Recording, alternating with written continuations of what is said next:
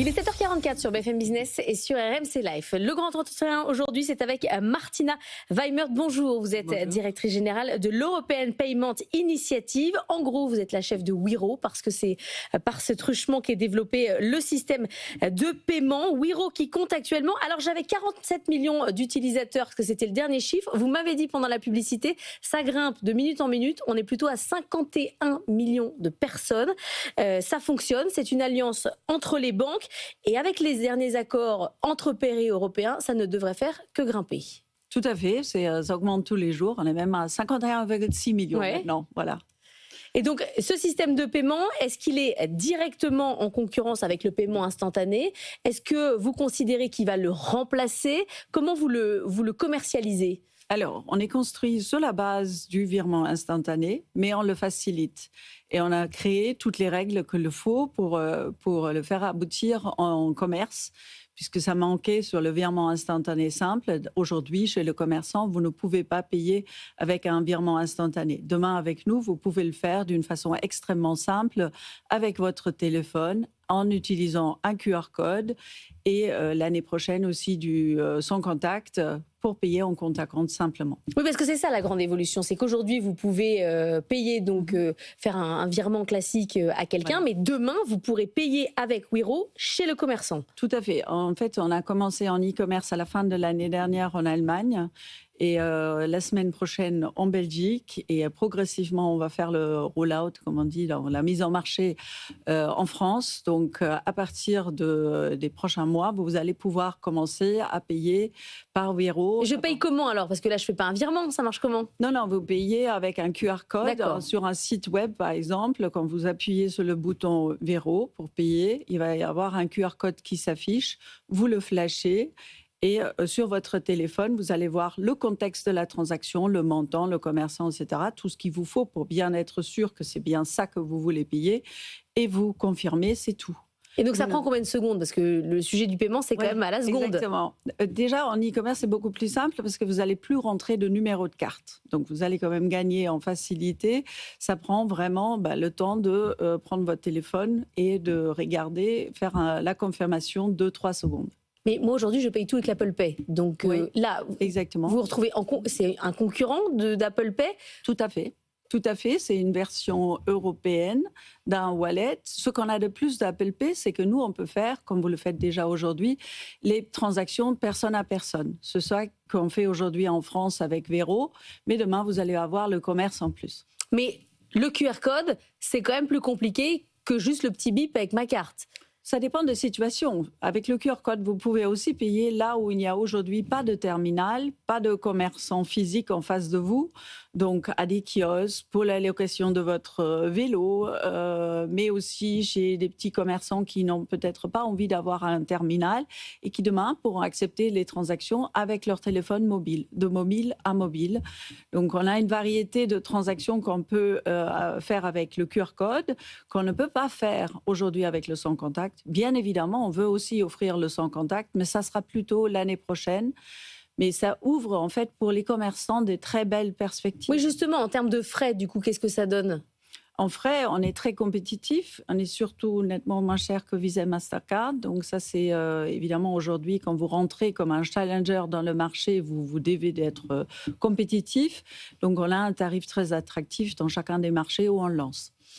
Ça va, vous me dites qu'il n'y aura plus de terminal de paiement, ça c'est quand même un game changer. C'est-à-dire que vous voyez désormais le paiement évoluer sans ce truchement. On veut tout offrir, c'est-à-dire qu'il y aura encore la caisse, on pourra payer à la caisse, mais peut-être demain, quand vous êtes dans le supermarché, que vous faites la queue, vous allez pouvoir passer à côté parce que vous allez en fait scanner vos 2-3 articles. Et si vous n'avez pas tout le caddie avec votre téléphone, confirmer le paiement sur le téléphone sans passer par la caisse. Ça, c'est vraiment ce qu'on appelle l'omnicanalité, la facilité d'utiliser différents canaux et de fonctionner comme ça.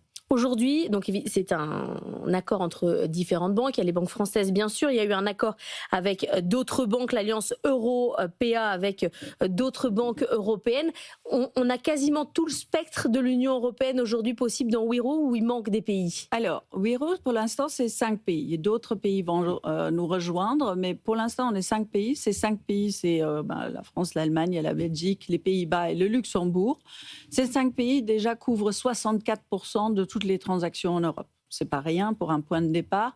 Maintenant, avec cette alliance, avec les autres solutions digitales, notamment dans le sud de l'Europe, Bizum en Espagne, Bancomat en Italie et Sips MBWay au Portugal et tous les pays nordiques, avec Vipps Mobile Pay, les 4 pays nordiques, là, on couvre 130 millions de consommateurs aujourd'hui. Donc, avec cette alliance, quand elle va fonctionner, à partir de la fin de l'année, on va pouvoir couvrir ces 130 millions directement. Et évidemment, c'est une solution ouverte qui va pouvoir accueillir d'autres solutions en Europe pour qu'on puisse le plus rapidement avoir une couverture européenne complète. Parce qu'aujourd'hui, 62% des paiements passent encore par Visa et Mastercard. C'est quoi votre message à ceux qui ne regardent pas en fait avec quoi ils payent?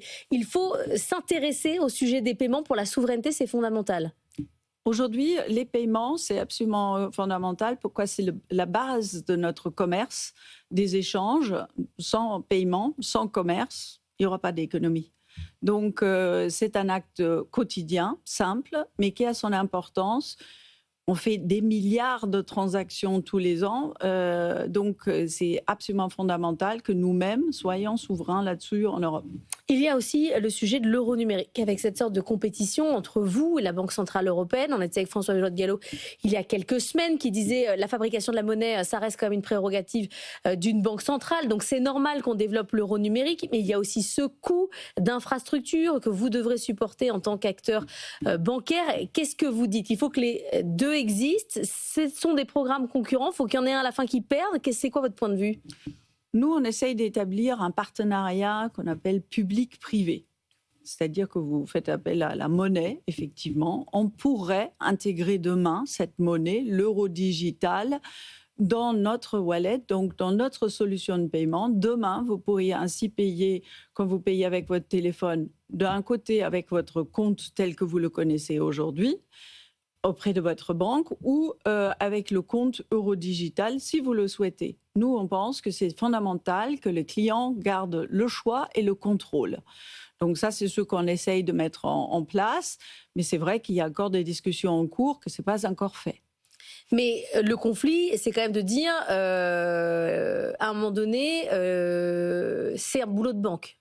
La diffusion de la monnaie, le paiement, c'est un boulot de banque privée, pas un boulot de banque centrale. On pense que l'interface aujourd'hui la plus sûre et privilégiée par le client, c'est l'interface par la banque. C'est d'ailleurs avec ça qu'on travaille avec les banques et ça paye, je dirais, quand on voit la montée du nombre de consommateurs. Effectivement, pour le client, c'est très important que ça soit facile, qui a la visibilité sur son compte. Avant chaque transaction chez nous, on peut voir combien d'argent on a sur son compte. C'est important quand on est un peu serré sur son budget. Et de fonctionner comme ça. C'est pour ça qu'on pense que la solution privilégiée passe par le compte bancaire, par l'interface qu'on a avec cette coopération avec les banques.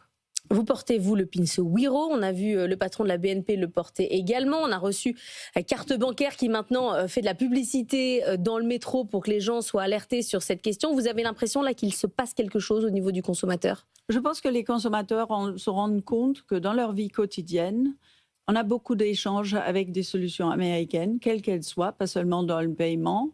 Et que, évidemment, aujourd'hui, dans le contexte géopolitique, nous avons éventuellement un risque de voir soit des tarifs augmenter encore plus, voire arrêter certains services. Donc, ça, c'est un risque vraiment qu'on encourt tous les jours. C'est pour ça que c'est important que des solutions comme Carte Bancaire, comme nous, essayons d'établir des vraies alternatives et pour le commerce, mais aussi pour le consommateur. Merci beaucoup, Martina Weimer. C'est devenu ce matin dans la matinale de l'économie.